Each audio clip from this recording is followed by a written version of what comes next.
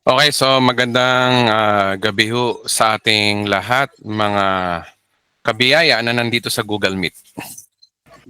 Magandang gabi po, Pastor Magandang Edwin. gabi. Charito po sa lahat. Charito po. Magandang gabi po. Evening sa Evening po. lahat. Charito po. Good evening Good po. evening. Pastor. Okay, so mga kabiyaya, mga nandyan po sa iba't ibang panig ng daigdig, no? Magandang gabi ho, Luzon, Visayas at Mindanao. Mga kapwa ko Pilipino na nanonood ngayong gabi sa ating broadcast. Mamaya na ako mag-shoutout. Ayan, naka-live po tayo ngayon, pati ang ating Google Meet naka-live. Oo, na-train ako ng gusto nung simbang gabi natin. Ganito ang ginagawa ko natin. Pakishare lang po yung ating live stream ngayon, no, mga kapatid. Kasi nga, ay nako, nice kong ipakilala ang Diyos ngayon kung sino ho talaga siya. Okay? Ang nangyayari kasi, iba yung kilala nilang Diyos eh. Okay? So, shoutout sa lahat, no? Yung kilala kasi nilang Diyos, iba sa Diyos na tinuturo ho ng Biblia. Kaya ayun. Ngayon ang pag-uusapan natin ngayon, ang ating topic, hindi ko na paligoy-luguyin, ano ba, nagpaparusa ba ang Diyos sa panahon natin ngayon, ngayong panahon natin dispensation ng bagong tipan. Okay? Dapat kasi natin maintindihan, dapat to kasi tayo makinig kay Jesus mismo. Hindi dun sa mga Old Testament books na nakagawian, ano? Ang Bible ho kasi, wait lang dapat kasi natin maintindihan mga kababayan na kung meron mang sasagot kung nagpaparusa ba ang Diyos sa panahon natin ngayon, si Jesus ang tanungin natin. Okay? Hindi yung kung saan verse tayo kukuha ng Bible. Oo, maraming sinasabi ang Bible. Kasi tandaan nyo po, no? Sa Bible, of course, merong dispensation, Old Testament at New Testament. Okay? Alam naman natin yun. At inaamin ng Biblia na dapat natin maintindihan na ang Diyos nangungusap sa iba't ibang panahon. Sa nasusulat yon, basa. Nakasulat po yan sa Hebreo chapter 1. Verse 1. Sino ang kausap? Ito, hermeneutics. Hindi yung basa-basa tayo dadampot ng verse. Hindi natin inaalam kung ano yung verse na to. Una, ang Book of Hebreo ay sinulat po yan. Ang audience po dyan, mga Hudyo. So, ibig sabihin mga kapatid, ito ay sulat sa kanila. Ang kausap dito, mga Hudyo. Bagamat may katotohanan tungkol kay Kristo dito, pero dapat maging mindful tayo sa pagbabasa ng Biblia. Wag ko tayong gagaya sa ibang pastor at ibang mga born again Christian na na may madampot na Bible verse, sila na daw ang kausap. Eto, intindi natin to. Sabi rito, no, nung una, nangusap ang Diyos sa ating mga ninuno sa iba't ibang panahon at iba't ibang paraan, sa pamamagitan ng mga propeta. So may dispensation po ang Bible. Pag nagbabasa po tayo ng Bible, merong Old Testament at New Testament. Sa history ng Bible, merong lumang tipan, lumang kasunduan, at merong bagong kasunduan. Yan ang hindi alam ng ibang born again Christian, no? Lalo-lalo na yung mga kaibigan nating Assemblies of God na hindi marunong mag-divide ng scripture. Basta sila madampot ng verse ng Bible. Akala nila tayo yung kausap. Mga kapatid, sa panahon po natin ngayon, panahon na para maging matalino tayo sa pagbabasa ng Bible, hindi yung nag-Bible tayo. Hindi natin inaalam yung dispensation. Yan may pangungusap ang Diyos. Kaya maliwanag sa sketch natin na to, na merong Old Testament at New Testament. Ngayon, aminin ko sa inyo, sa Old Testament, ang ugali ho ng Diyos, mapagparusa ho talaga. Kanino mapagparusa? Sa mundo ba? Hindi. Mapagparusa sa mga Hudyo. Bakit? Kasi ang mga Hudyo Under the law, kailangan nilang sumunod sa kautusan. Kaya yung mga na-record sa Old Testament books na mga reference natin na pinagkukuhanan natin ng mga verses, yun ang dahilan kung bakit puro parusa ng Diyos ang maririnig nyo dyan. Natural. Okay? Natural po na puro parusa ho dyan. Kaya yung mga nagko-quote ng Bible verse dun sa nagsasabi na nagpaparusa daw ang Diyos, malamang Old Testament yung mga pinagkakana ng mga yan, ano? Mga kapatid, panahon na para gumising tayo, mag-aral kayo ng Biblia nyo. Naku, tandaan nyo po mga kapatid, ano, nakasalalay dito kung saan kayo pupunta, kung sa impyerno ba o sa langit. Kapag mali yung gospel nyo, you will go to hell mga kapatid, tandaan nyo ho yan. Napakasimple lang naman po ng gospel eh. Okay? Si Jesus ang sentro. Kaya kung meron man tayong dapat tanungin kung nagpaparusa ba ang Diyos, dapat si Jesus ang tinatanong natin. Yung Diyos mismo. Okay?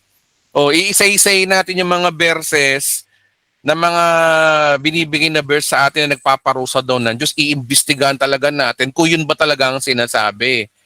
Old Testament, kapag ang verse mo Old Testament, wala na. Ano na yan? Eliminated na yan. Ngayon, pasok tayo sa New Testament kay Jesus, sa salvation. Okay, so Old Testament, judgment talaga ang maririnig nyo. Kaya kung magbabasa kayo ng Bible, talagang ganun. Pero sa New Testament po tayo tumingin. Ano ba ang sinabi ni Jesus Christ? Basa, John chapter 3. Ay, Diyos ko. Ito, ang linaw-linaw. Ayaw tanggapin to ng ibang mga Christian eh, no? Christian daw sila, Christian. Sabi rito, no, ang linaw-linaw, isinugo ng Diyos ang kanyang anak. Isinugo daw ng Diyos si Jesus Christ. Ang linaw, oh. Ano ba? Para parusahan. Sabi, hindi upang hatulang maparusahan. Sino daw? Ang mga tao. Si Jesus may sabi, na kung ano man yung nangyayari sa mundo ngayon, walang galaw ang Diyos po dyan. Wala hong kamay ang Diyos dyan sa mga nangyayaring mga sigalot sa mundo ngayon. Kasi pinangunahan na tayo ni Jesus, pagpunta niya rito sa lupa noong 1 AD o noong 33 AD o noong 1 AD, nangako siya na hindi niya kakatulang maparusahan ng mga tao, pero yung mga pastor ngayon, gustong-gusto pinaparusahan yung mga tao, no? Gustong-gusto talaga nila lagi, galit ang Diyos. You are misrepresenting God, hindi po ganyan ang Diyos. Meron pong krus, may dumating si Kristo. Pinadala ng Diyos si Kristo para hindi hatulan daw ang tao. Ano daw? Kundi upang iligtas ang mga ito sa pamamagitan niya.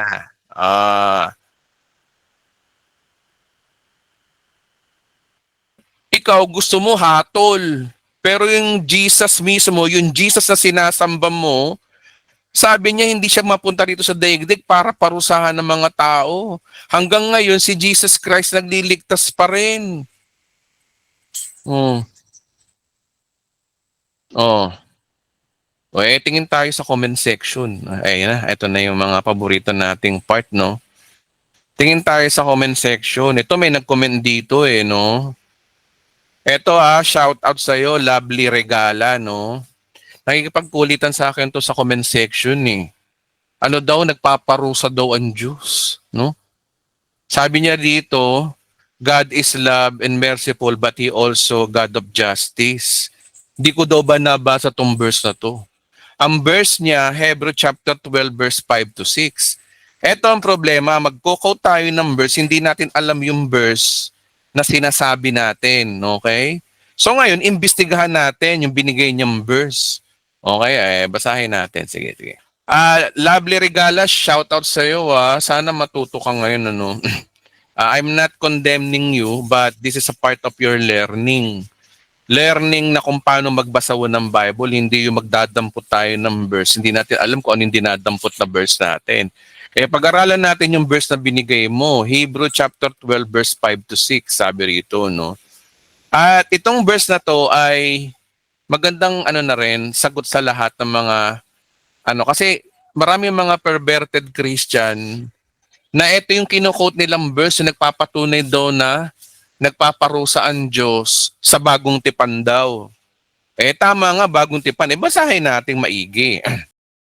Hebrew chapter 12. Yung translation na binigay niya kasi yung Bible na ginagamit ni Eli Soriano, ang Biblia. Okay, mga taga MCGI, mga Eli Soriano, no, mga Iglesia ni Cristo. Ito yung verse nyo, 'di ba, na sinasabi nyo na nagpaparusa daw ang Diyos. Eh basahin nun natin. Ito ang Biblia version Tagalog. At patutunayan ko sa inyo ngayon na ang Tagalog version ay pwedeng magsinungaling. Patutunayan ko sa inyo ngayon na pwedeng magsinungaling ang Tagalog version. Kaya marami naliligaw kasi ayaw nyo tumingin doon sa totoong sinabi. Ang gusto nyo, yung mga favorite favorite translation nyo. Ang sabi rito, at inyong nilimot ang iniaral na pakikipagtalo ng inyong tulad sa isang anak ko. Hindi maintindihan Tagalog na to, no? Huwag mo waling bahala ang parusa ng Panginoon o nangalupaypay man ng ikaw ay pagwikaan niya. Ang tanong, parusa ba talaga ang totoong sinabi dito? So tandaan po natin, ang Bible, ang tunay na lengguwahe ng Bible ay hindi Tagalog, hindi English. Babalik tayo sa Greek. Okay? Kasundo tayo sa Greek tayo titingin. Kung parusa ba talaga ang sinabi dito? Yan ang problema kasi sa atin, hindi tayo malalim sa sa mga bagay-bagay, hindi kulang tayo sa research. Basta tayo dampot-dampot verse. Tapos salin-salin ng mga turo, mga minanang turo. Diyos ko, generation by generation, wala tayong Greek Tingnan natin sa Greek kung parusa ba talaga ang sinasabi dito. Okay? Basa tayo Sabi dito kasi, sapagkat pinarurusahan ng Panginoon ang kanyang iniibig. Pinarurusahan daw, parusa talaga Pag sinabing parusa, parusa, alam niyo na yung parusa. At hinahampas ang bawat tinatanggap na anak. Kaya marami naliligaw sa panahon natin ngayon, dumedepende tayo sa mga translation, hindi tayo tumitingin sa totoong sinabi. Ang lengguwahe ng New Testament ay Greek. Okay? Greek po ang tunay na lengguwahe ng Biblia. Gusto niyo ebidensya? O sige, ebidensya tayo Okay. What is the original language of the Bible? Basahin natin. Ayan, ang linaw Pag New Testament, ano daw? Ayan. Baka naman kontrahin nyo pa yan. Greek. Tapos, Biblical Hebrew o Biblical Aramaic. Yung New Testament ba? New Testament. Ano ang original na lingwahe ng New Testament? Ang sabi, the New Testament was written from Koine Greek, ancient Greek, which was common language of the Eastern Mediterranean from conquest Alexander the Great until evolution of Byzantine Greek. So ibig sabihin, ang New Testament, including tong librong Hebreo, ay Griego. Okay? So saan tayo dapat magtiwala? Sa Tagalog o sa Griego? Sa Greek tayo tumingin. Kung totoo bang parusa yung sinasabi dito, huwag ko nang patagalin. Tingin tayo ngayon sa King James Version na Greek. Ang sabi rito, and he forgotten the exhortation which speak unto you as my children. My son despised not just chastening. Okay, chastening tayo chastisement. Ano dong chastening na to? Kung titingnan nyo sa Greek, ayan tingnan nyo paidia. Ano ibig sabihin ng paidia? Education, training, correction, disciplinary correction, or education, tutorial.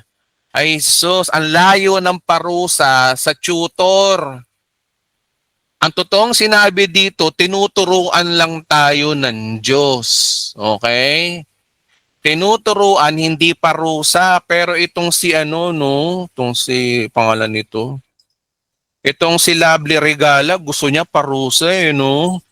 O kapatid, sana matuto ka na ngayon ha. Huwag kang magbabanggit ng mga verse sa Bible na hindi mo alam yung sinasabi mo. Sabi ho dyan, mali yung translation mo. Tumingin kayo sa Greek. Ang problema kasi sa mga bago lang sa channel na to, dapat pag bago kayo sa channel, wag muna kayo manghusga ng mga tao dito sa channel namin. O bandang huli magiging channel nyo na rin. Kasi hindi nyo alam na malalim ang pag-aaral namin ng salita ng Diyos dito. Yun ang problema. Huwag tayo mag-underestimate ng mga tao, kaya nga dapat talaga hindi tayo nangungusga ng tao. Alam po namin ang mga sinasabi namin dito at mga pinopost namin dito. Kaya shoutout sa iyo, Lovely Regala. Sana matuto ka na. Tingin ka dun sa Greek, okay? Hindi mali yung pagkakakilala mo sa Diyos. Ang Diyos po natin ay hindi po nagpaparusa sa bagong tipan. Sinabi na ni Jesus Christ, hindi niya hahatulan. Napunta siya rito hindi para hatulan. Oo, yung sinasabi mo sa Old Testament yun. Tama ka, ang Diyos nagpaparusa. Pero kasi ang problema, may Jesus Christ. Dumating si Jesus para hindi tayo parusahan. Kaya yung mga nangyayari sa buong mundo ngayon ay bunga lang po yan ng mga nagagawa ng tao. Wala pang galaw ang Diyos dyan. Okay? God of justice. Totoo, God is a God of justice. Kaya pinadala niya si Jesus. Because He hates sin. Okay? Lovely Regala, shoutout sa iyo ha. Okay, okay na tayo ha. Okay. Nasagot ko na yung tanong mo. Next. Balik tayo sa Bible. Pag-aralan natin itong sinabi na to, kung hindi ito parusa, kundi ito ay training, ano ang tamang translation dito? Basahin natin ano. Sabi rito, nalimutan na ba ninyo na ang panawagan ng Diyos bilang mga anak niya, ang mga salita nagpapalakas? Anak ko, huwag mong baliwalain ang pagtutuwid. Tama ho to, pagtutuwid. Pagtuturo. Dapat dito pagtuturo ng Panginoon at huwag mong masamain kapag iko'y kanyang dinidisiplina. Ito po yung tama. So hindi parusa. Iba yung parusa sa disiplina. Ang parusa, galit ang Diyos sa'yo, kaya ka pinaparusahan. Ang disiplina, mahal ka ng Diyos, kaya kinokorek ka. Sa paanong paraan? Para i-correct tayo.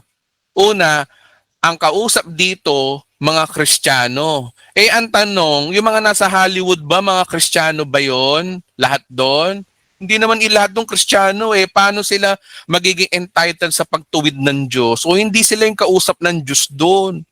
Bahagi sila ng mga hentil, ng mga unbeliever. Pero dito, ang kinakausap dito, mga Kristiyano, mga anak ng Diyos. Oh, ano pakialam ng Diyos sa mga unbeliever? Ibig sabihin, hindi nagpaparusa ang Diyos. Iba yung parusa sa tinuturuan. Ang banggit nga ho dito, training sabi rito, no? Chastening ang ginamit. Ang meaning sa Greek, education, training. Alam nyo ba yung nagte-training kayo sa bago kayo magtrabaho, di ba may training? Ganun daw ang Diyos. Tinitrain tayo. Saan ang parusa doon? Kasi alam niyo kung bakit? Kasi mali ang pagkakilala niyo sa Diyos. Ang kilala niyong Diyos magagalitin, isip bata, pinapatulan yung mga taong nagsasalita laban sa Kanya. Ang Diyos po ay matured. Kung tayo ng mga tao, matured person. Kung ako ng tao nalikha ng Diyos, na matured person, naiintindihan ko yung mga, halimbawa, yung nambas sa akin. Tao lang ako, minsan napapaltulan ko, pero minsan naiisip ko hindi dapat patulan na. Kasi balang araw, magbabago din yan. O kung tayong tao, naisip natin yun, yung pa kayang Diyos na lumikha sa atin at sasabihin mo, ang Diyos papatulan yung mga taong nanlalait sa Kanya. Kung tutusin mga kapatid, minuminuto maraming nanlalait sa Diyos, hindi lang nalalagay sa social media. Nataon lang talaga na yung sa Golden Award din na yon, na ang doon ay na-record sa social media. Alam niyo naman tayo mga Pilipino, buong tao, doon tayo sa panlabas na nakikita kung ano lang yung maingay sa social media, yun ang pinapansin natin. Bakit kayo ba hindi kayo nagmumura sa isip nyo? Kayo nga nagmumura kayo sa isip nyo sabing hindi. 'Di ba? Ang gagaling nating manghusga, no? Biro mo, hindi nyo ba alam, iniinsulto nyo mismo yung Diyos? Ang Diyos hindi ganun, sinasabihin nyo, ang Diyos patola, ang Diyos ay magagalitin. Hindi naman ganun ang Diyos eh. Sinabi na nga ni Kristo, napunta siya rito hindi para hatulan ng sanlibutan, pero kayo gustong-gusto nyo hatulan ng sanlibutan, tapos sasabihin nyo, Diyos ang may sabi. Maya naman kayo sa mga balat nyo, panahon na no, para magbago kayo ng tingin nyo sa Diyos. Ang tingin nyo sa Diyos, isip bata. Kakahiya kayo, Kristiyano pa naman kayo. Naku ha. Okay. Kaya ako naiinis ngayon, inis to siguro ng Diyos. Panahon na para ano kayo, no? Pagsabihan kayo. Yung mga Kristiyano, no, karamihan dyan, sino yung mga Kristiyano, mga vlogger dyan, ayoko na lang sabihin, alam nyo na kung sino yung mga pinakita ko sa vlog. Karamihan dyan sa mga judgmental, yung feeling mabanal. Tandaan nyo, ang tao makasalanan, ang ginawa ng Diyos, ang solusyon dyan, si Kristo. Ang problema sa inyo, hindi nyo alam na may ginawa na si Kristo para hindi tayo hatulan ng Diyos. Okay? Okay, so maliwanag dito na tinuturuan lang tayo ng Diyos. Okay? Bagamat ang konteksto dito, ang totoong kinakausap naman talaga dito ay mga Hudyo na matitigas ang ulo. Tutusin nga, hindi naman tayo kausap dito eh. Diba? Okay. So Hebreo, sinong kausap? Ang Hebrew ba, sino ba ang naka-entitled doon? Sabi rito, kung tayong kausap dito, hindi niya sinabing pinaparusahan niya ang anyang mga anak. Ang mga nasa Hollywood, hindi lahat doon Christian. Paano mo masasabing anak ng Diyos yung mga yon? Paano niya masasabing Christian yun? Karamihan doon mga ateista. Karamihan doon mga New Age movement. Karamihan doon mga hindi Christian. Okay? Sa madaling salita, non-Christian. Paano nyo i-apply sa kanila to na pinapalo sila ng Diyos? Bakit anak ba sila ng Diyos? Ang sabi sa Bible, tinutuwid lang niya yung mga anak niya. Hindi naman sila anak ha. O hindi applicable sa kanila to. O. Ngayon, ang tanong, sa mga unbeliever ba, no, mga hentil na unbeliever, ano ba ang trato ng Diyos sa kanila ngayon? Judgment ba? Hindi. Basa. Ito, hindi matatanggap to ng mga ibang born again, no? Ang mga hentil ba, mga unbeliever ba, ay galit ang Diyos? Basahin natin na. Ano ba mga unbeliever? Di ba mga hentil yon? Colossus 2:14. Ito ang trato ng Diyos sa kanila sa bagong tipan. Sabi rito, kayong dating patay dahil sa kasalanan. Sino daw to? Kayong mga hentil. Ang tinutukoy, hentil, ibig sabihin, hindi nasasakop ng kautusan. So ano daw ang trato ng Diyos sa kanila ay binuhay ng Diyos kasama ni Kristo. Pinatawad niya ang ating mga kasalanan. Ako ba may sabi niyan? Ibig sabihin ng mga unbeliever, kung mananampalataya sila kay Kristo, kasama sila sa pinatawad. Tapos huhusgahan mo mga unbeliever papunta ng impyerno at ikaw, porke nag-church ka, sasabihin mo na ikaw ay mapupunta ng langit. Hello? Hindi ka Kristiyano, kapatid, kapag judgmental ka. Tandaan niyo po yan, ang Kristiyano, punong-puno ng biyaya. Ang Kristiyano, punong-puno ng habag. Kung ang Diyos mahabagin, dapat mahabagin ka rin. Pero ang problema kasi sa inyo, ang Diyos, nagdeklara na nga na hindi hahatulan ang sanlibutan, pero kayo, gusto nyo lagi hinahatulan ng sanlibutan. Wala pa ho tayo sa paghatol ng sanlibutan, nandito pa ho tayo, oh. Nandito pa tayo sa period na to. Ngayon ang tanong, gusto nyo talaga ng judgment? Gusto nyo? Dito tayo. Kung gusto nyo ng judgment, dito. Paiwan kayo sa rapture, no? Huwag nyo tanggapin si Kristo, paiwan kayo. Tayo dito, judgment. Dito nyo mararanasan ng judgment. Okay? Kasi judgment baka mo, no? Sa panahon ni Kristo, wala, hindi dito tayo, wala. Dito nyo mararanasan ng judgment. Tinan nyo, no? Halimbawa, sabi sa Bible, babagsak yung meteor, no? Oh. Yun, malahima lang lalo, susulpot na lang po yun. Hindi yung makikita ng NASA, bigla na lang susulpot. at babagsak sa daigdig. Ganun po ang Diyos pag nagparusa, undetectable. Eh yun nangyaring wildfire sa California, hindi naman natural na halatang natural eh. Halatang 2 days pa bago nangyari.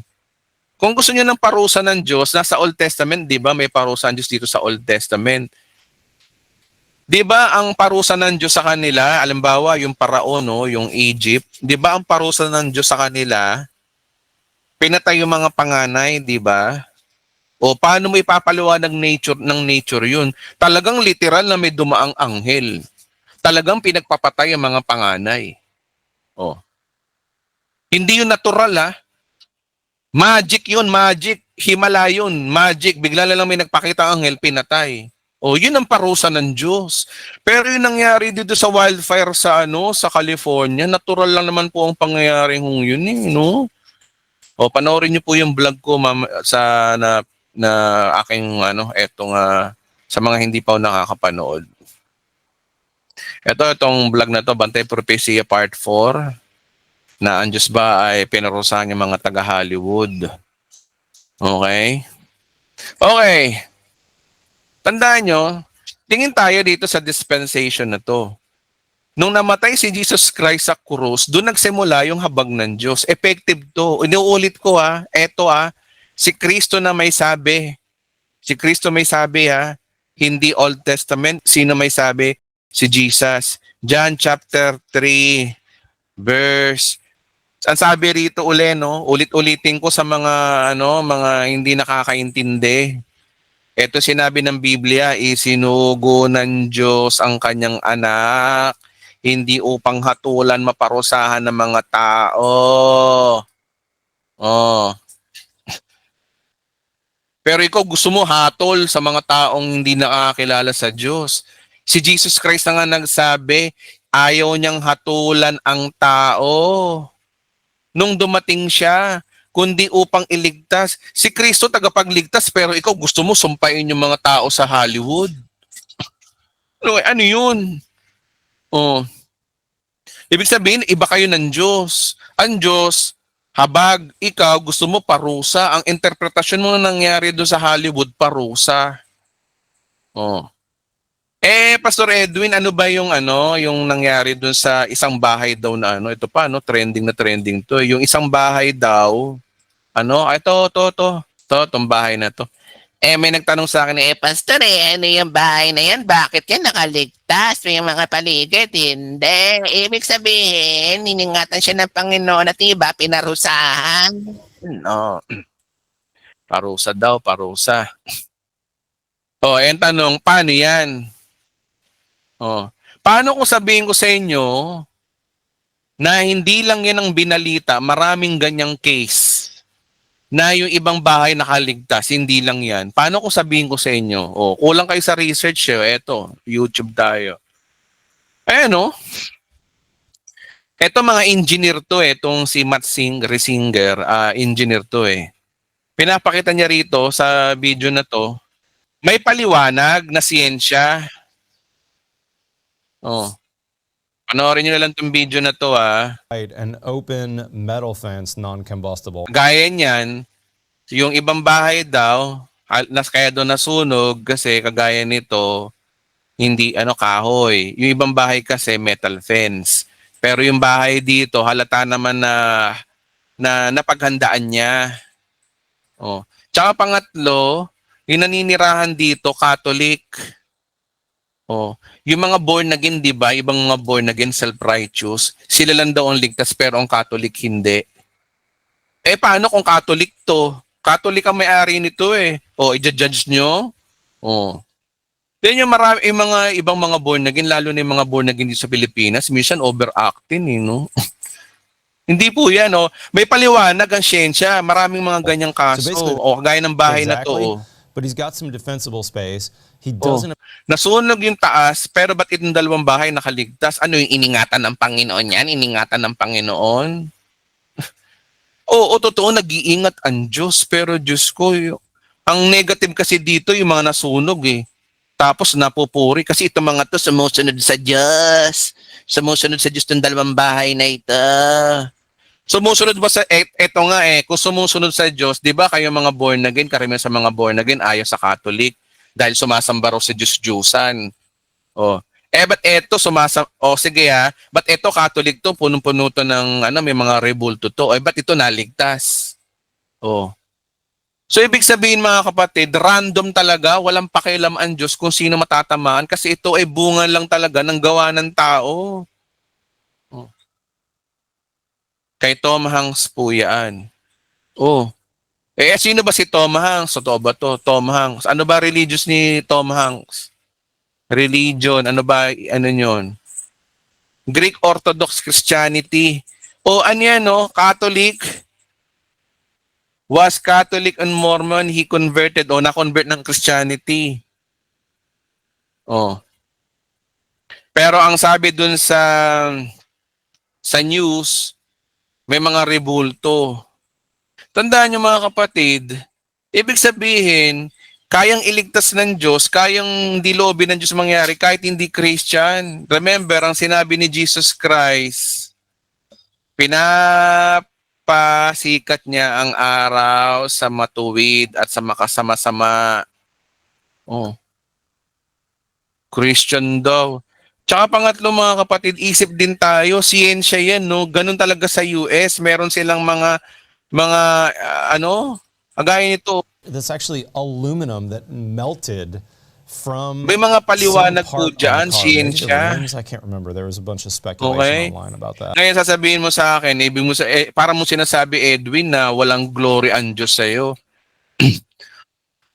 Hindi na, tutuusin nga sa sinasabi ng mga ibang vlogger na naligtas yung bahay, hindi naman nag-glory ang Diyos eh.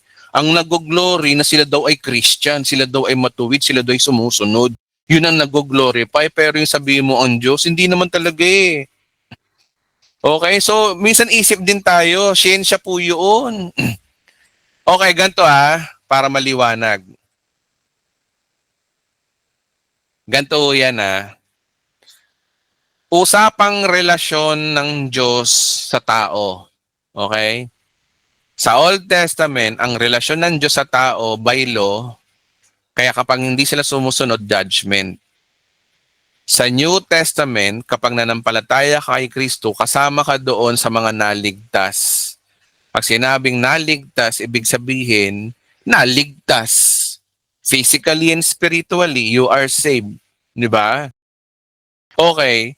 So, sa bagong tipan, biyaya po talaga ang galaw ng Diyos.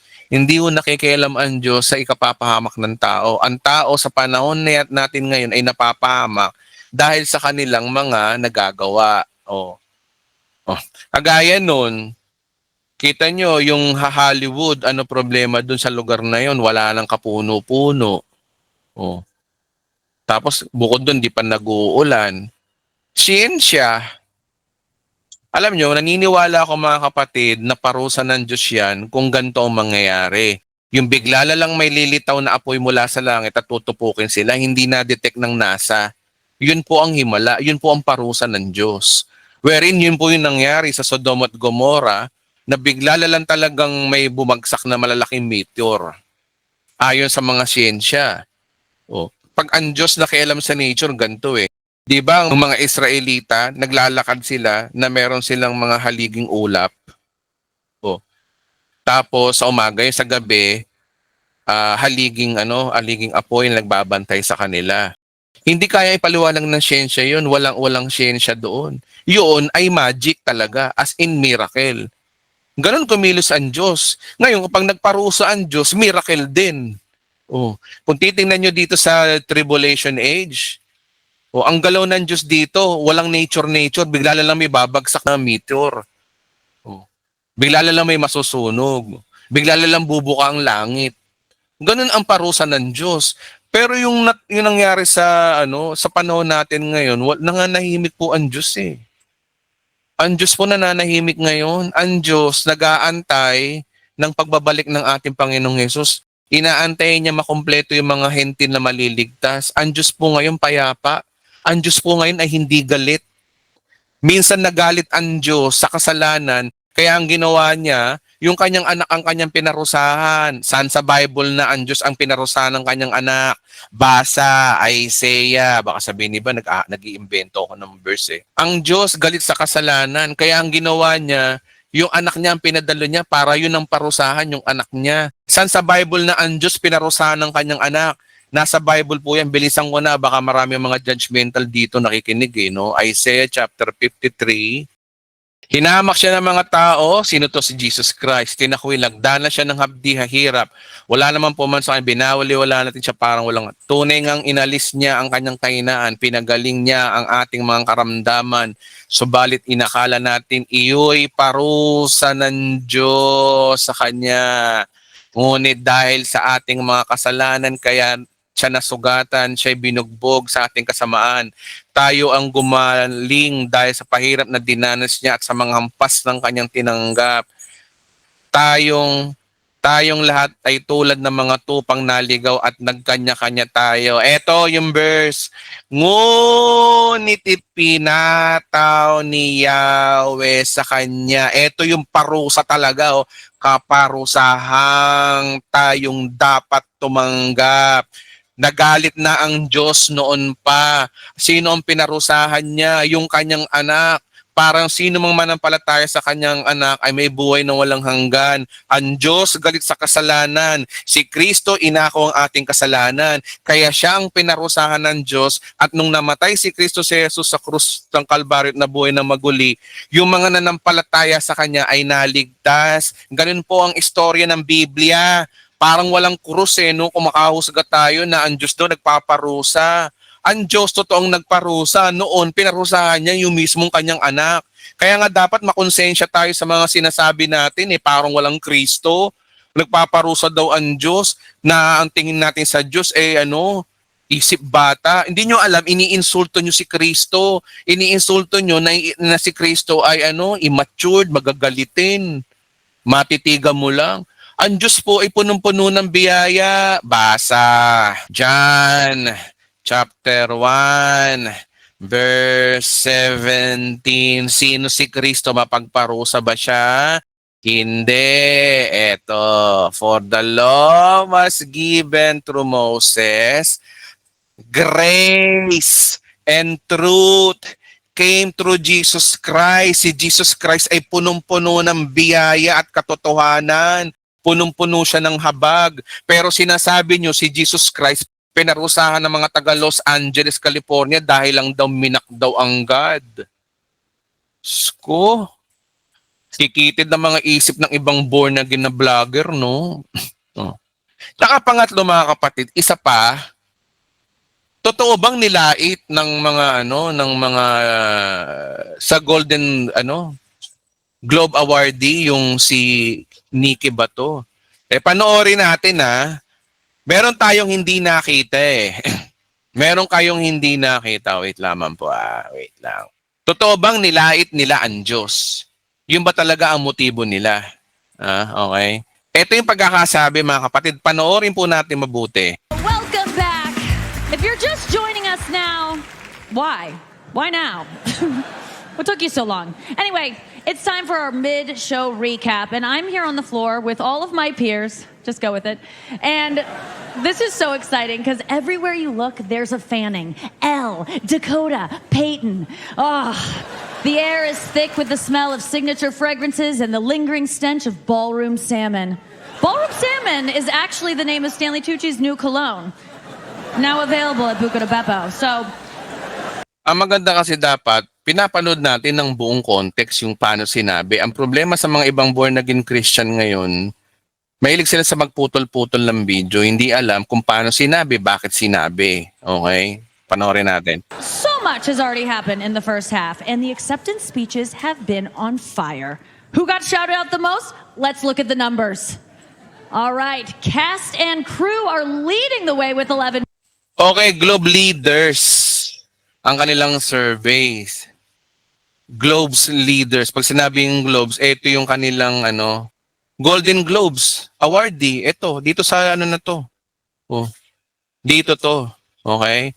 Tinan nyo obserbahan nyo si Nikki kung talagang nilait ba niya talaga ang Diyos. Tinan nyo Mentions.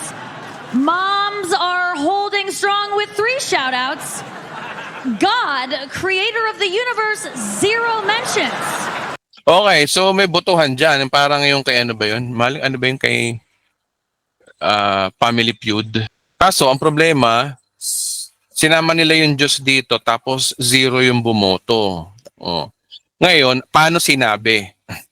And Mario Lopez, host of Access Hollywood, won. All right.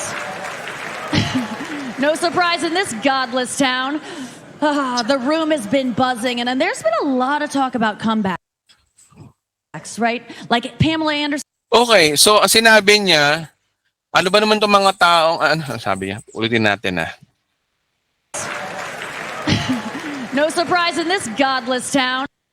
Oh, no surprise for this godless town. Kanino niya sinabi yun? Sinabi niya yun sa mga kapwa niya dyan. Nagtatawanan sila, di ba? Ang nilalait niya dito, hindi yun Diyos. Ang nilalait niya dito, yung mga tao sa paligid niya. Yung mga tao dito, yung mga nakatira dito sa town na to, mga walang Diyos. Ang patungkol niya dito, hindi sa Diyos. Ang pinapatungkol niya dito, yung mga tao. Kaya yung mga tao nagtawanan di ba? Kaya sila nagtawanan dahil sinabihan siya ni Nikki na mga godless town kasi kayo, no? Oh, nilalait niya.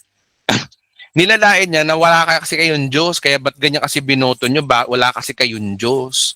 Oh, nagbibiroan silang lahat dito. Pero yung sinasabi rito ni Nikki ay hindi patungkol sa Diyos, hindi direct sa Diyos. Diyos ko, Panginoon ko. Kung marunong lang kayong umintindi ng ng body language, panoorin niyo uli God, creator of the universe, 0 mentions. O bakit sila nagtawanan dyan? Nagtatawanan kasi sila dahil mga ang pinagtatawa nila yung mga sarili nila. Tapos yung mga nila. Hindi ang Diyos. Pinagtatawa nila na sila daw ay mga mga walang Diyos kasi. And Mario Lopez, host of Access Hollywood, won. All right. No surprise in this godless town. The room has been buzzing, and there's been a lot of talk about comebacks, right? Like Pamela Anderson and Demi Moore and Hindi naman nila sineryoso yung mga inaano nila no? Who just won. And it turns out, if you're a woman over 50 in a lead role, they call it a comeback. If you're a guy over 50 in a lead role, congratulations. You're about to play Sydney Sweeney's boyfriend. Okay.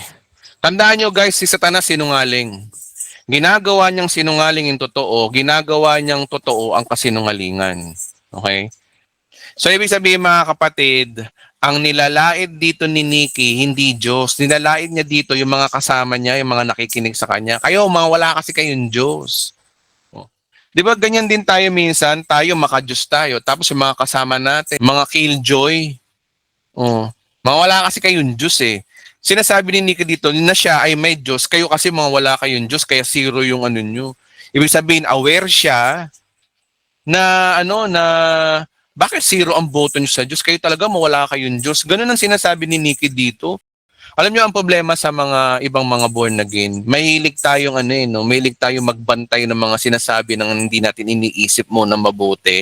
Mahilig tayong manood ng video na putol-putol. Mahilig tayong magbasa ng Bible na putol-putol. Kaya putol-putol din yung pagkakaintindi natin.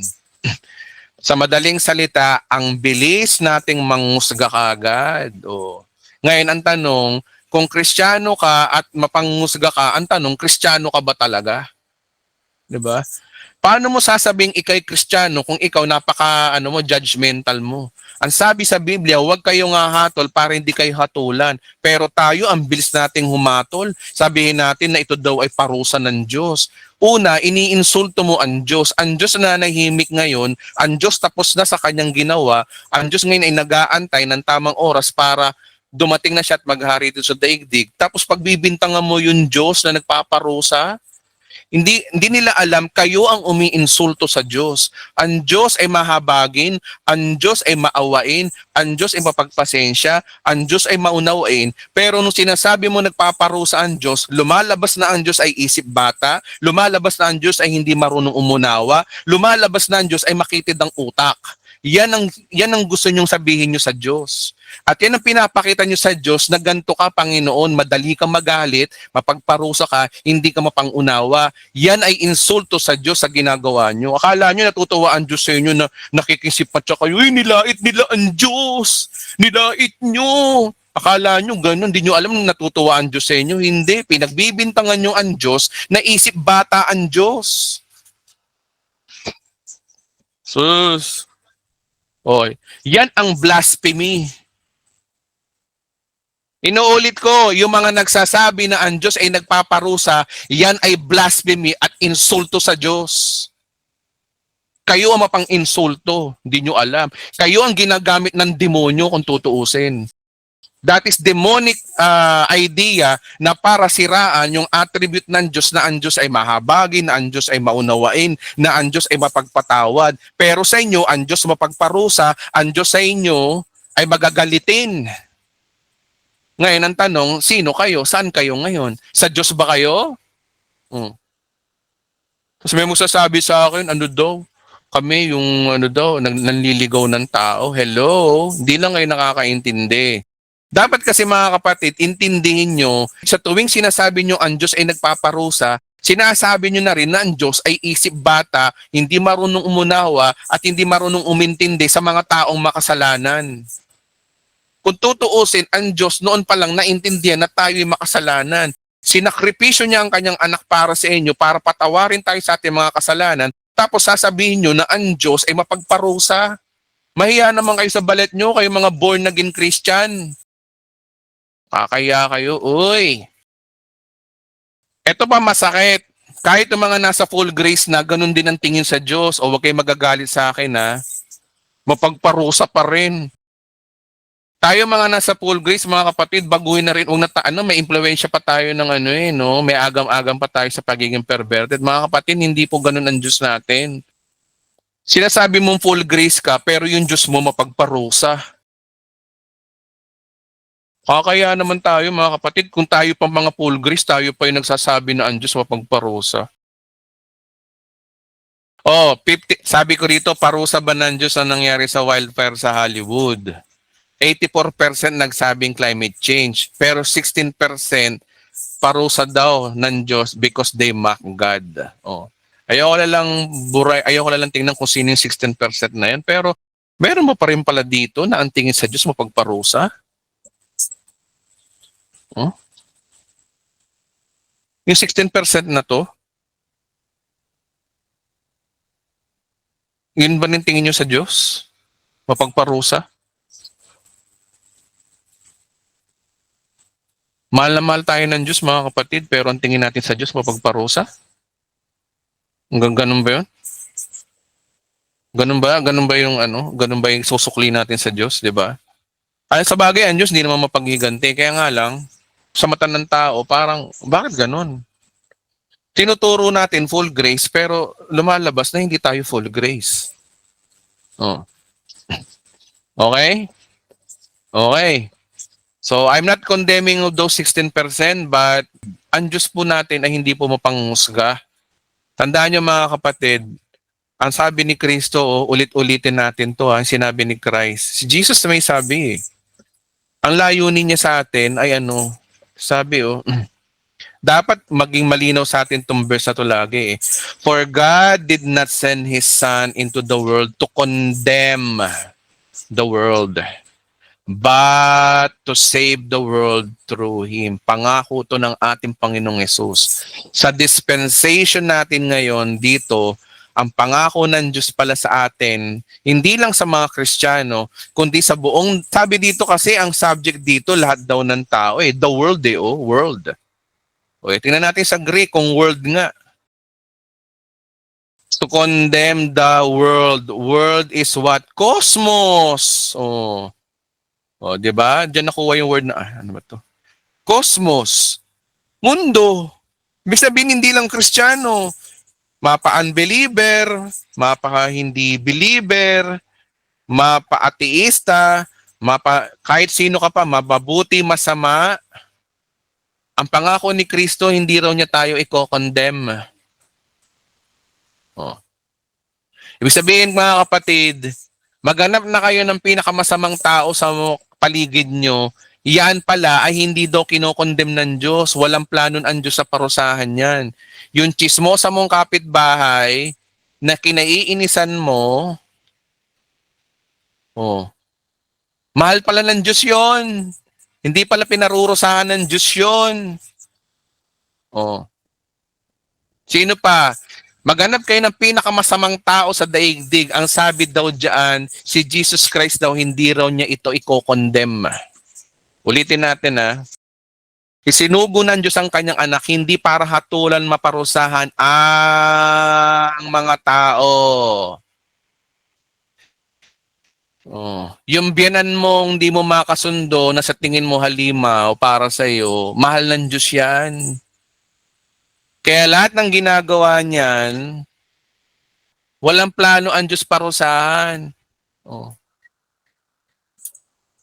Ngayon, kaya lang naman napapahamak ang tao dahil sa kapabayaan niya.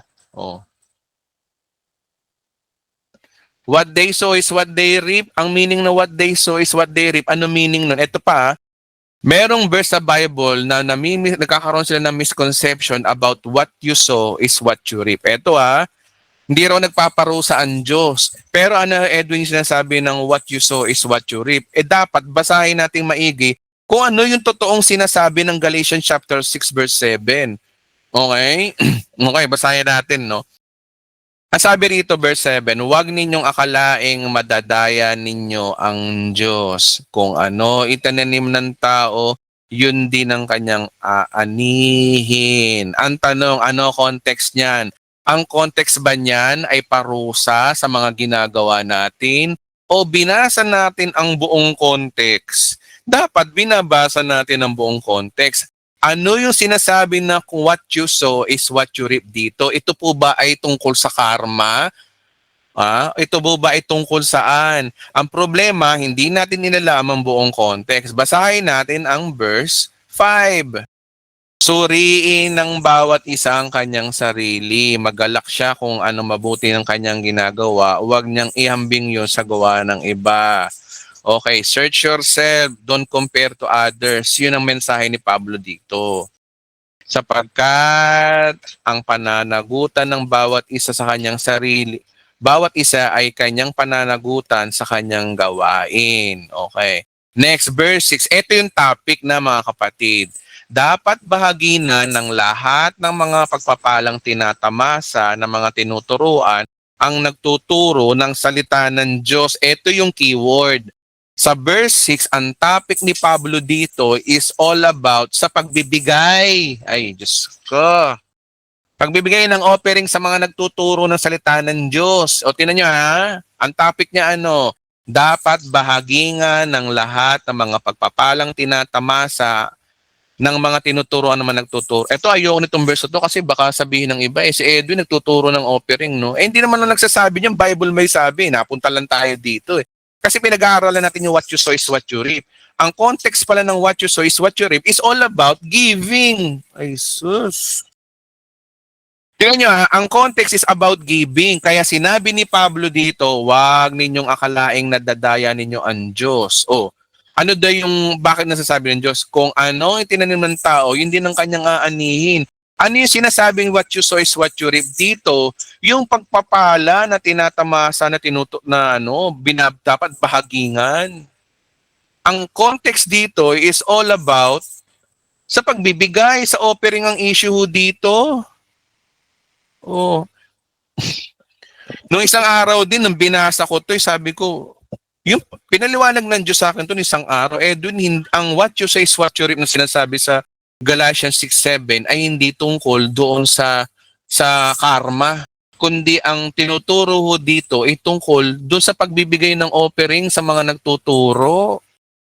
Na pagpapalain ng Diyos yung mga nagbibigay. Kasi kung ano inasik mo, yun ang aanihin mo. Kung naghasik ka ng offering doon sa tao, sa mga nagtuturo, sa mga pastor na gusto mong bigyan ng iyong offering, doon pumasok yung idea na what you sow is what you reap. Yung pala ang meaning po nun. Kita nyo na? Tandaan nyo, no? Maraming tinuro sa ating mga pastor na born again noon na akala natin yun ang meaning pero hindi pala. So ibig sabihin, ang big idea dito, yung what you sow is what you reap dito is all about giving offering sa church. Yung po yung meaning ho niyan.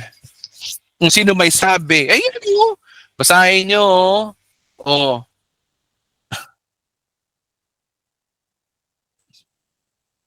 Oh. Iba naman sumobra. Imbis na in Jesus name, naging in Gcash ni Jesus. Oh.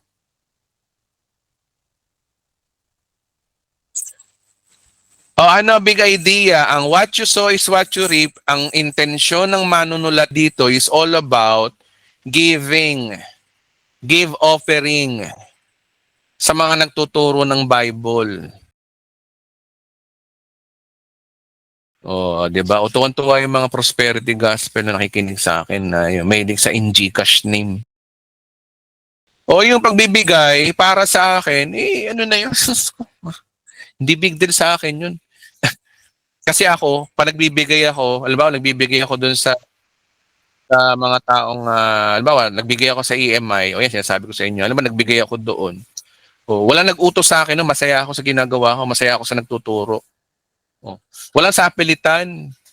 Kaya nga lang, inaamin ni Pablo, kung ano itinanim ng tao, yun ang kanyang aanin. Kung nagtanim ka ng kabutihan, aani ka ng kabutihan. Kung nagtanim ka ng pera, aani ka ng pera. Yun ang sinasabi dito.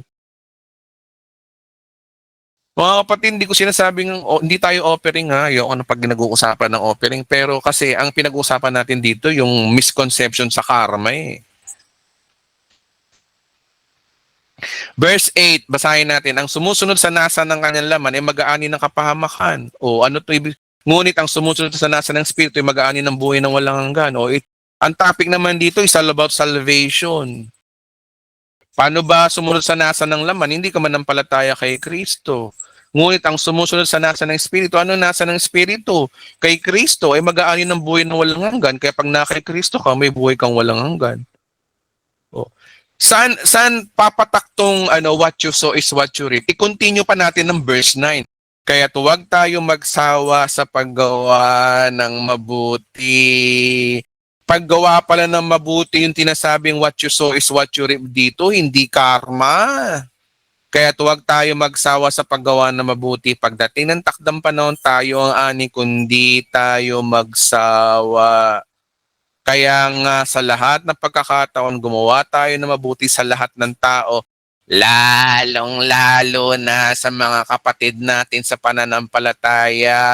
Kaya kung grace ang binigay ng Diyos sa'yo, grace din ang iganti mo sa kapwa mo mananampalataya mismo. Tingnan nyo, good works pala ang tinuturo ni Pablo dito sa what you sow is what you reap. Quote tayo ng quote ng verse na sinasabi natin na karma daw to. Hindi pala tungkol sa karma to. Hindi pala yun intensyon ng manunulat. Hindi pala intensyon ni Pablo yun ang gusto niya sabihin. Kundi sa paggawa pala ng mabuti ang sinasabi ho dito. Ako rin nabudol din sa verse na yan. Nakala ko what you sow is what you reap. Nag-post pa nga ako niyan, di ba dati mga kapatid, inaamin ko, mali ako doon kasi hindi pa ako naliliwanagan. Pero ngayon, naliliwanagan na tayo pare-pareho. From glory to glory, naiintindihan natin ang grace ng Panginoon na yung verse na binabanggit ng mga perverted gospel ay hindi pala yun ang ibig sabihin kung babasahin natin by its context. Okay? Okay, last meeting na lang natin yung kay Bishop Emmy, no? Kasi may binanggit po si Bishop Emmy ho dito. Ang ganda ng unang sinabi niya. Si Bishop Emmy Domingo po ay siya po yung aking guro, ang aking sensei. At proud ako sa aking teacher na to, no? Si Bishop Emmy. Meron mo siyang sinabi regarding dun sa yung sinabi ni Bishop Emmy Domingo dito nung inilathala niya nung July 2018, July 4. Sabi dito, nabasahin ko, no, dito tayo matatapos. Ang angry God, a misrepresentation of God. Sabi rito, no, anyone who tries to represent an angry God today in this dispensation of full grace is misrepresenting God. Sino man daw na mangangaral daw ngayon na nagtuturo na ang Diyos ay galit daw sa panahon natin ngayon na sa panahon ng full grace, wherein dito yung sinasabi niya, no, ni Bishop, ito yung dispensation of full grace eh. after the cross na sinabi ni Christ na walang kahatulan dito yon. Kung sinasabi mo sa panahon natin ngayon na ang Diyos ay galid, mini-misrepresent mo ang Diyos. Okay? So ano yung basihan ni Bishop Emerito? Basahin po natin ano. God is not an angry God. Let me explain my point. Okay, paliwanag din yung kanyang point. Huwag tayo magpagkamali. Galit talaga ang Diyos sa kasalanan. God does not take pleasure on wickedness. Ayan po ay nakasulat sa Psalm chapter 5 verse 4. You can see this clearly in the page of the scripture na ang Diyos daw ay banal. Totoo yun. Sa Isaiah chapter 6 verse 3. And his sin is a affront of God's holy nature.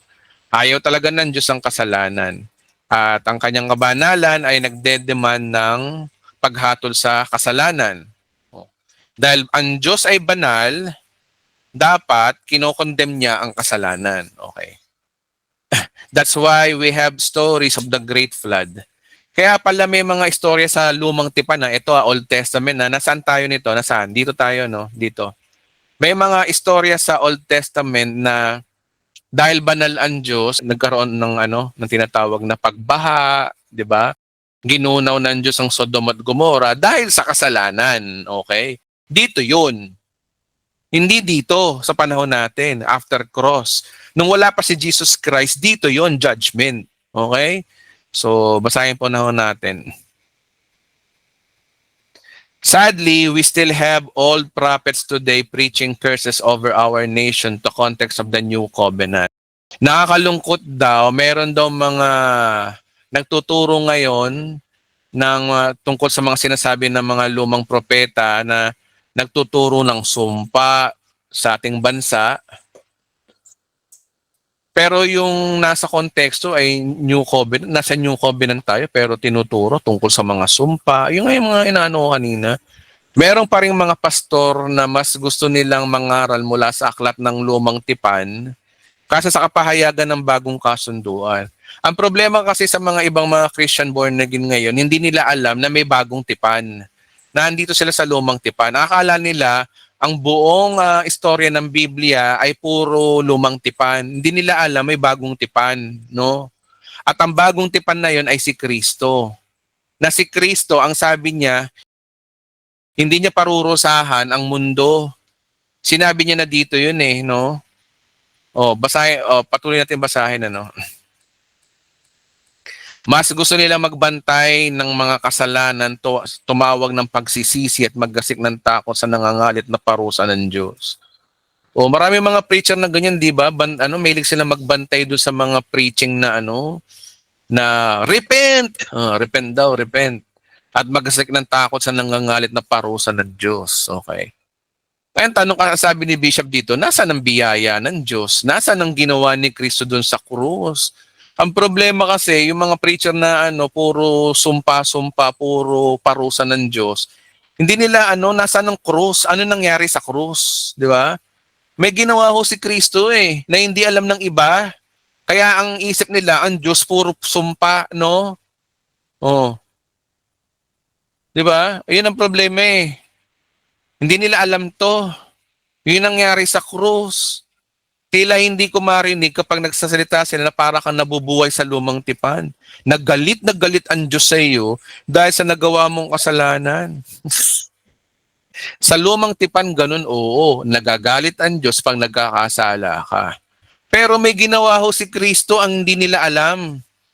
Hindi alam to na ibang religion Karamihan sa mga ibang religion iba't ibang, Assemblies of God, kayo talagang tinutukoy ko dito. Wala kayong krus no? Hindi nyo alam yung krus. Akala, nasa Old Testament pa kayo. Akala nyo, yung kautusan ni Kristo, Old Testament pa. Nandito kayo Nandito kayo Hindi nyo alam to. Toto, grace, hindi nyo alam to. Yung sinasabi nyong grace lang, faith lang, hindi nyo alam to. Hindi nyo alam na may tinapos si Kristo. Okay, basahin uli natin. Let me just to remind them that God has spared people who sin under old covenant not because of said sorry, but because they offered sacrifice on the altar. So ang binasabi ni Bishop Emmy Domingo dito, na nire-remind tayo na ang Diyos, kaya ang Diyos ay hindi pinaparusahan ng Diyos yung mga nasa lumang tipan, Hindi sa mamagitan daw ng sorry, kundi nag-o-offer talaga sila ng sacrifice sa altar.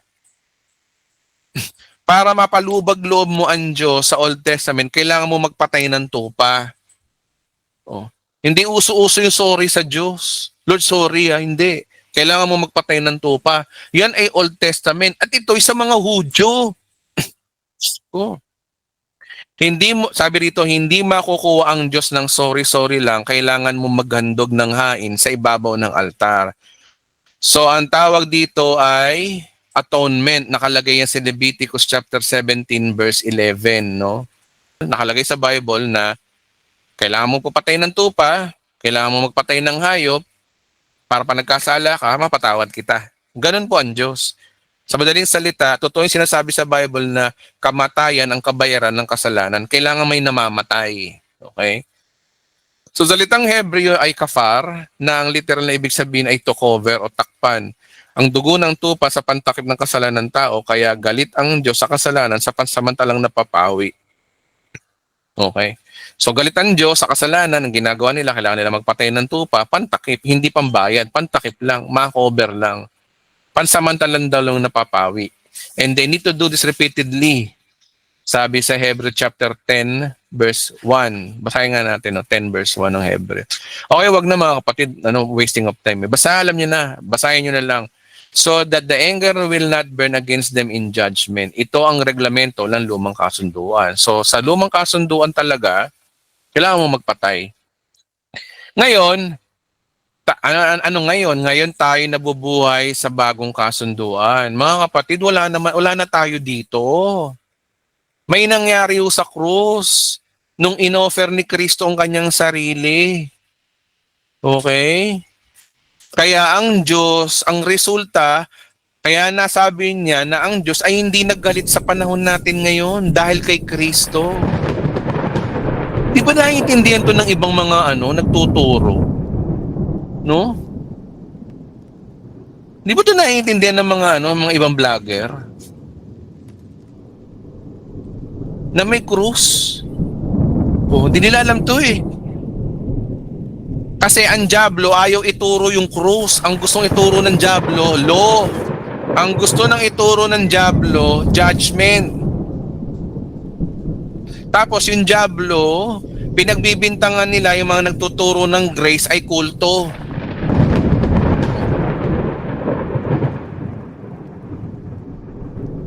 Mga bulag, iba. May nangyari sa krus. Kaya walang dahilan ng Diyos para magparusa sa panahon natin ngayon until rapture. Mangyayari lang yan pag nagkaroon na ng tribulation age. Pero wala pa tayo sa tribulation age. Nandito pa lang tayo mga kapatid. Bakit gustong-gusto nyo lagi ang tingin nyo sa Diyos mapagparusa? Ano nangyayaring wildfire sa Los Angeles? Syempre, kagagawa ng tao yun. Meron man sisihin sa mga nangyayari sa mundo natin ngayon, tao. Di nyo ba alam na sinabi ng Diyos kay Eva at Adan, pamahalaan nyo ang daigdig. Ang tao na mamahala sa daigdig. Sumusuporta lang ang Diyos sa magitan ng mga pag-ulan-ulan na yan. Oh. Pero yung sunog, walang kamay ang Diyos dyan. Ba't nyo pinagbibintangan ng Diyos? Wala namang kinalaman ng Diyos dyan eh. Kung tutuusin, pinagbibintangan nyo ang Diyos sa masamang gawain na ang Diyos ay nagpaparusa. Hindi naman nagpaparusa ang Diyos sa panahon natin eh. Bakit gustong-gusto nyo lagi na naririnig nyo nagpaparusa ang Diyos? Bakit? Not rightly dividing the scripture. Kulang kayo sa aral ng Biblia. Hindi nyo alam na may Old Testament at may New Testament at mayroong krus. May nangyari sa krus, hindi nyo alam yon. Oh. May nangyari sa krus. Balik tayo kay Bishop. Sa altar ng krus, sinali mismo ng Diyos ang kanyang anak bilang handog para alisin magpakailanman ang galit ng Diyos sa kasalanan. Nang si Kristo nakapako sa krus, lumipat sa kanya ang dugong katawan ng kasalanan. No? Isaiah 53, lumipat sa kanya yung kasalanan, yung sinasabi ko kanina. Isaiah 53 verse 6, basahin natin Isaiah 53 verse 6. Yung kasalanan ng tao, lumipat kay Kristo. Kaya hindi galit ang Diyos sa tao, galit ang Diyos sa panahon na yon kay Kristo, noong oras na yon. Basahin natin. Sabi tayong lahat ay katulad ng mga tupang naligaw, nagkanya-kanya tayo. Ngunit ipinataw ni Yahweh sa kanyang kaparusahang tayo dapat ang tumanggap. Imbis na ikaw, imbis na tao ang parusahan ng Diyos, ang pinarusahan niya si Jesus. Para sa ganoon, sa kamatayan ni Jesus, pagkabuhay niya maguli, ang sino mang manampalataya kay Jesus, we're in ng bagong covenant, doon ka magkakaroon ng kaligtasan kasama sa, at dahil si Jesus ang susi ng kapayapaan ng mundo, dapat irespeto natin yung sinabi ni Jesus. Sana naman tayo babagsak nito. John chapter 3 verse 17, dapat intindihin nyo to. Huwag niyong kalimutan ng John 3:17. After ng John 3:16 may 17. Ang sabi, isinugo ng Diyos ang kanyang anak hindi upang hatulang maparusahan ng mga tao, kundi upang iligtas ito sa pamamagitan niya. Hindi nyo dapat kinukondem yung mga Hollywood star, yung mga Hollywood na nagmamak daw. Una, hindi naman intentional lang imak ang Diyos. Kayo lang nag-iisip nun. Mali kasi interpretasyon nyo. Kulang kayo sa research. Pangalawa, yung mga yon kailangan nun ng kahabagan ng Diyos.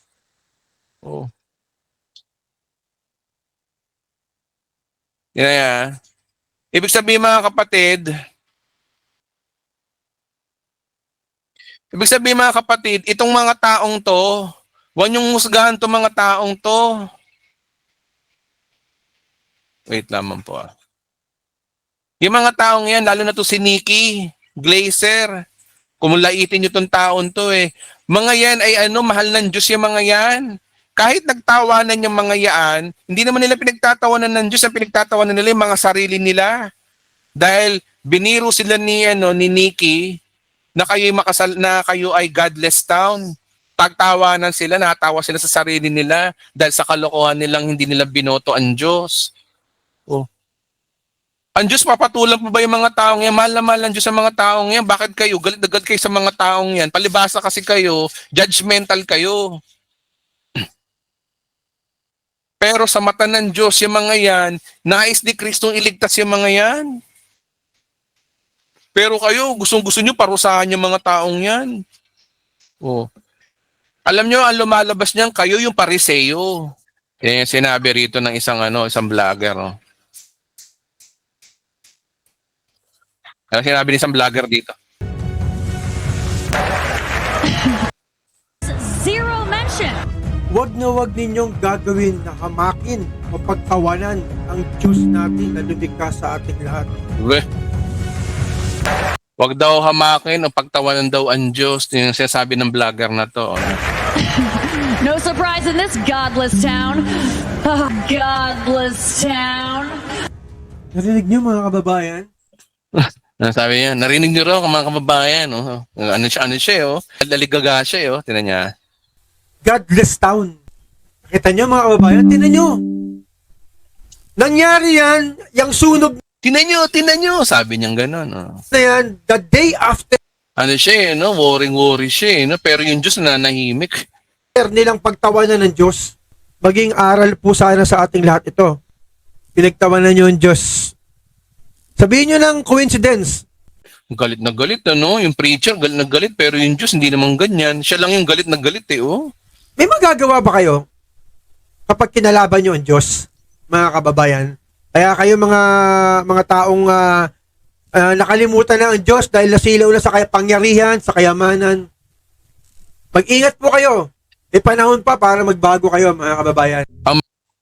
Galit na galit, Meron pa rito isa, Dito yan, Huwag na huwag mong hahamakin at susubukin ang Diyos. Yun daw, wag nyo daw hahamakin na susubukin daw ang Diyos. Tinan niya. God, creator of the universe, zero mentions. No surprise in this godless town. Tatandaan mo na ang Diyos ay mabuting kaibigan Tandaan nyo raw, ang Diyos daw ay mabuting kaibigan. Parang si Fernando po. Okay, mabuting kaibigan. at kakampi. Pero mahirap din siyang kalaban. Di ba? Fernando po, Mabuting kaibigan, masamang kaaway. Ginagawa nilang gano'n ng Diyos, Mabuting kaibigan, masamang kaaway. Bakit? May umaaway ba sa Diyos?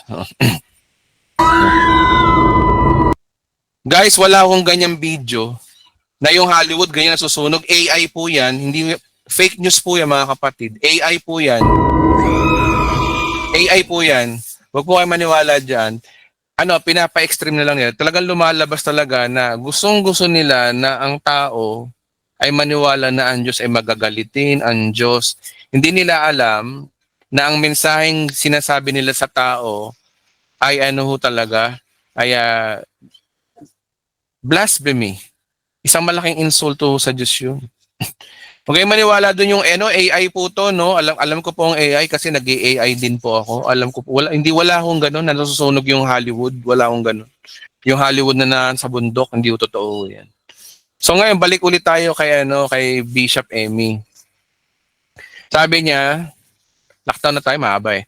Tandaan, kapag tinanggap mo ang ginawa ni Kristo doon sa krus para sa iyo, hindi ka na maaring parusahan ng Diyos sa kasalanan binayaran ng kanyang anak doon sa krus. Spiritual salvation ang tinutukoy ni Bishop dito, no? Pero pinapakita rito na si Kristo ay tagapagligtas. Hindi ito maaring gawin ng Diyos. This is the height of injustice. Bawal ang double jeopardy. Kung binayaran ng kasalanan, wala ka ng atraso sa Diyos. Hindi nagalit ang Diyos sa iyo, ito ay nagawa ni Kristo sa krus. Okay. So, hindi ko na babasahin ito lahat. Ang maganda yung sinabi ni Bishop dito, no? Isa to sa naging inspirasyon ko sa pag-aaral. Na ang Diyos po naman po talaga, hindi lang ako nagsasabi, no? Marami po kami, na ang Diyos po talaga ay hindi po ganun. Ang Diyos po natin mahabagin. Pero tandaan nyo mga kapatid, hindi pa tapos ang Diyos sa mundo. Darating at darating panahon, dito tayo darating. Kung gusto nyo talaga ng galit na Diyos, dito nyo malalaman yun. Sa Judgment Day. Na ibubuhos niya yung, di ba sabi dito sa Revelation, no? Tindi, oh. Kung tutuusin nga mga kapatid, mas matindi yung parusa ng Diyos kaysa sa kapalpakan lang ng tao, eh. Ang sabi sa Revelation chapter 8 ba yun? Sabi rito, no, hinipa ng unang anghel ang kanyang trompeta at umulan ng yelo at may kahalong dugo. Nasunog ang ikatlong... Guys, pag sinabing nasunog ang ikatlong bahagi ng lupa, ikatlong bahagi ng punong kahoy at lahat ng sariwan damo, imagine niyo ang earth at tiin nyo sa apat, yung ikaapat na bahagi ng sunog. Sunog talaga. Oh. Wala sa kalingkingan do sa Los Angeles. Los Angeles, maliit lang po yun na syudad o buong California, sabihin na natin, kumpara doon sa pinagsamang Russia, China, Asia, na yung buong area na yung sunog. Oh. Yan ang pot ng Diyos. Kaya kung gusto nyo ng pot ng Diyos, paiwan kayo sa rapture, makikita nyo yung pot ng Diyos. At doon kayo mangaral ng pot ng Diyos. Not dito sa lugar, hindi sa panahon natin ngayon. Ang Diyos ay nananahimik dito sa panahon na to. Lalabas uli ang galit ng Diyos pagdating ng Judgment Day dito. Kaya napakahalaga ho talaga na we carefully, rightly divide the scripture. Ngayon ano ang lesson sa atin dito? Ang Diyos po, nasa grace period pa ho tayo. Kaya dapat panampalatayan natin mga kapatid na yung mga nangyayaring sa mundo ngayon ng mga sakuna, lindol-lindol, that is natural disaster. Natural na nangyayari. Kapag bumato ka sa taas, bababa ang iyong bato. Kapag iniangat mo ang timba, babagsak ang timba. May gravity, natural. Oh. 'Di ba? Kapag ang tubig nilagyan mo ng bato, aalo ng tubig, natural. Natural na aalo ng tubig kapag inuga mo ang bangka, natural. Okay? Kapag hinipan mo ang dahon, natural na tatalsik ang dahon. Natural. Puro natural ang mundo ngayon. Ang mga tao, kinalbo ang puno, kakalaging, kakaputol. Ang tao, nagtayo ng mga subdivision sa isang lugar, sa hills na walang kapuno-puno. At dumaan ang maraming taon, dagdag pa ng subdivision. Ano resulta no? Natural na babaha. Natural na makakasunog. Yun ang nangyari sa Los Angeles, natural na nasunog. Doon pa talaga sila tumapat doon sa kasi tingnan nyo yung Los Angeles, yung buong yan, parang planggana yan. nasa taas, bundok, nasa baba, parang mababa yung lupa. Kaya yung hangin na ano nun, apoy nun, nasunog. Awawa ko incident, may nasunog, kumalat. Siyempre, pag nasunog, kumalat. Ano alam ng Diyos doon? Oh, ano pakialam ng Diyos doon? Okay? So, tandaan nyo, natural. Yung Los Angeles, natural. At natural din na may hindi nasusunog. Meron talagang bahay na hindi nasunog kasi nga malayo sila sa mga, hindi sila dikit-dikit. May mga gamit sila, natural. Walang pakialam ang Diyos doon.